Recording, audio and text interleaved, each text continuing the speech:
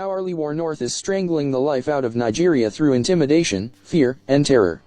The disruptive power of the House of Fulani cabal is a structural reality and will only get worse, no matter where the president of Nigeria comes from. It is a sevenfold yoke which we must break for the sake of our children. 1. The political yoke. Globally, out of the 16 federal republics in the world, Nigeria is the only federation where land mass is used as primary criteria for creating feed rating units. No southern leader, civilian or military, has ever had the guts to create any feed rating unit. All the feed rating units have been created by northern military adventurers.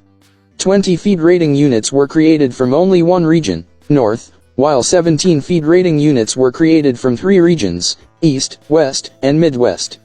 Competent leaders are easily filtered off by the rigged political structure. At every election, the evil and corrupt northern cabal needs only a few southern collaborators to impose any presidential candidate upon the 2 foremost political parties, only for the electorate to formalize one of the candidates with votes. That's why Nigeria has been having such mediocre leaders as president, in a country awash with extremely capable presidential materials.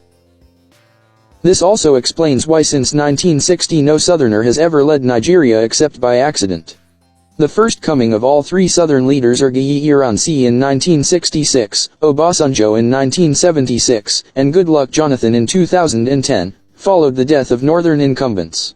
The fourth and only other southern leader was Ernest Shonekan, and his coming followed the forced stepping aside of a northern head of state in 1993. He lasted for 3 months, after which he was toppled and replaced by another northern military head of state. For 2019 the presidential contest is being set for Atiku vs Buhari, 2 Fulani representatives of the cabal. 2. The economic yoke. Nigeria is the only oil-producing country where oil wells are allocated to individuals. The House of Fulani cabal allocated over 80% of the oil blocks either to the northerners or to their southern fronts/allies. The names of these oil block allottees are in the public domain. 3. The religious yoke. No other faith is mentioned in the Nigerian constitution, except Islam.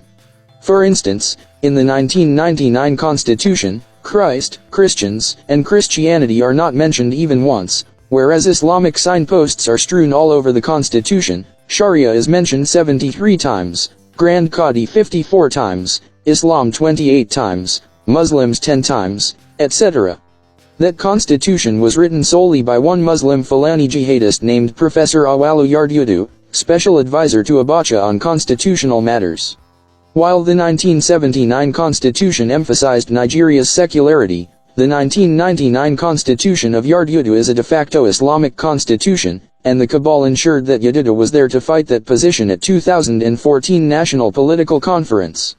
Subsequently, during Obasanjo's government, the same northern cabal formally adopted Islam as the state religion in the core northern states. Obasanjo refused to even discuss the issue, except to state that it would fizzle out. He knew fully well that it would not fizzle out, but was afraid of confronting the cabal. 4. The cultural yoke. The Sultanate forms a major pillar of the House of Fulani cabal. As permanent President General of the Nigerian Supreme Council of Islamic Affairs, NCA, the Sultan is the permanent leader of all Muslims in Nigeria, whether they are northerners or southerners. As the permanent chairman of National Council of Traditional Rulers of Nigeria, NCTRN, the Sultan is the permanent leader of all traditional rulers in all 36 states of Nigeria and Abuja. By the way, the current Sultan was the Brigadier General commanding 241 Reki Battalion Kaduna. Many public policies are determined only with the tacit approval of the Sultanate of Sokoto and the Emirates. For instance, when the gender bill was introduced in the National Assembly, the Sultan killed the bill simply by criticizing it publicly. Even Her Majesty Queen Elizabeth II, the world's most revered monarch, would never criticize Parliament publicly because that would be an abuse of royal privilege. 5. The administrative yoke. Nigeria is the only African country that built a new capital from scratch, using resources from the oppressed, deprived, and degraded Niger Delta/Southeast. The cabal claimed that the location of Lagos by the ocean was a security risk, but this was just an excuse to northernize national public service. A careful look at the map of Africa shows that only 2 nations have central capitals. The most common location for African capitals is at the coast. London, United Kingdom, is situated at the edge of England on the River Thames. Washington, D.C., USA, is located along the Potomac River on the east coast of USA. Paris, France, is located at the edge of France in the north-bending arc of the River Seine. When Lagos was capital, the governors of Lagos state were from east, west, and north. Since the capital moved to Abuja, no Nigerian leader has ever had the guts to appoint a southerner as substantive FCT minister. The FCT minister must be a northerner, preferably a Muslim. The current FCT minister was appointed while he was executive secretary of the Hajj Commission. 6. The diplomatic yoke. Any Christian leader who questions Nigeria's membership of the two main international Sharia-driven bodies, OIC and D8, faces the wrath of the House of Fulani cabal. So far, only CMDR Ebatu Okiwe has ever had the guts to seriously question Nigeria's involvement in these Islamic bodies, and as a result, Okiwe was summarily dismissed from office. 7. The military/security yoke. Nigeria is the only federation in the world where all major security agencies are headed by only one section of the federation and only members of one faith. Army, Northern Muslim. National Security Advisor, Northern Muslim. Minister of Defense, Northern Muslim. Minister of Internal Affairs, Northern Muslim. Air Force, Northern Muslim. Police, Northern Muslim. Economic Financial Crimes Commission, Northern Muslim. National Civil Defense Corps, Northern Muslim. Department of State Security, Northern Muslim. Immigration, Northern Muslim. Prisons Service, Northern Muslim. Federal Road Safety Corps, Northern Muslim. Nigerian Customs Service, Northern Muslim. Chief of Defense Intelligence, Northern Muslim. Director of Military Intelligence, Northern Muslim. Fire Service, Northern Muslim. National Emergency Management Agency, Northern Muslim.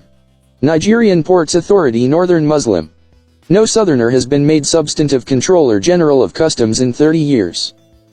Even with all these their wickedness and annoying provocations, does not necessarily means they are good Muslim Brotherhood. Let's look at it this way. In the early 80s, when the entire Arab world wanted to join the African continent, it took only the House of Fulani of Nigeria through their leader Alhaji Shoawe Shargari, the so-called Muslim Brotherhood, to reject their request and denied them the opportunity to join the continent Africa. Even when all the other African countries have given them the approval. Now you know. On Obasanjo, even with all his braggadocio, Olusegun Obasanjo dared not break the jinx in all these years as Nigeria's president.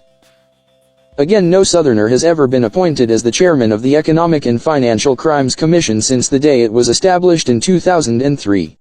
Finally, the only Southerner that was ever appointed National Security Advisor was killed after he was unceremoniously removed from office by Goodluck Jonathan after the cabal blackmailed and arm-twisted him and told him that if he wanted peace he must appoint a Northerner back to that post. The above multifaceted enslavement to the House of Fulani cabal is not an accident. Read the book by Harold Wilson, which clearly states how and why the British laid the foundation for the House of Fulani hegemony in Nigeria. The principle guiding the cabal was clearly set forth by the cabal's patron saint, Sir Ahmadu Bello, who said to the media, "The new nation called Nigeria should be an estate of our great-grandfather Othman Dan Fodio. We must ruthlessly prevent a change of power. We use the minorities in the north as willing tools and the south as a conquered territory, and never allow them to rule over us and never allow them to have control over their own future." The Parrot newspaper, October 12, 1960. Freedom from the cabal is not about North versus South. In fact, the greatest victims of the Northern cabal are the Northern masses themselves. The struggle entails Northern cabal versus all of the lovers of freedom. Nigeria is structurally unworkable and must be broken. The House of Fulani cabal may try to resist this with their blood, but there is no other way out of the enslavement for us and our children. We cannot continue suffering and smiling in this unworkable zoo called Nigeria. The words of Harriet Tubman are relevant here. She said, "I freed 1,000 slaves, I could have freed 1,000 more if only they knew they were slaves." The author of this brilliant intervention has given us plenty of food for thought. He argued the matter in a detailed, succinct and concise manner, and he stated the case very well. Though there were one or two omissions, his research is outstanding and his analysis is factual, insightful, and incisive. The truth is that he has said it all. Sadly, many in Nigeria do not know that they are slaves to the cabal because they cannot feel the yoke or see their chains. Yet slaves they are, and it is time that we opened their eyes, broke their yokes, cut their chains and freed each and every one of them. That is precisely why yours truly, and millions of others, insist on dividing her so everyone should go on her separate ways. May the Heavenly Father deliver us. He's a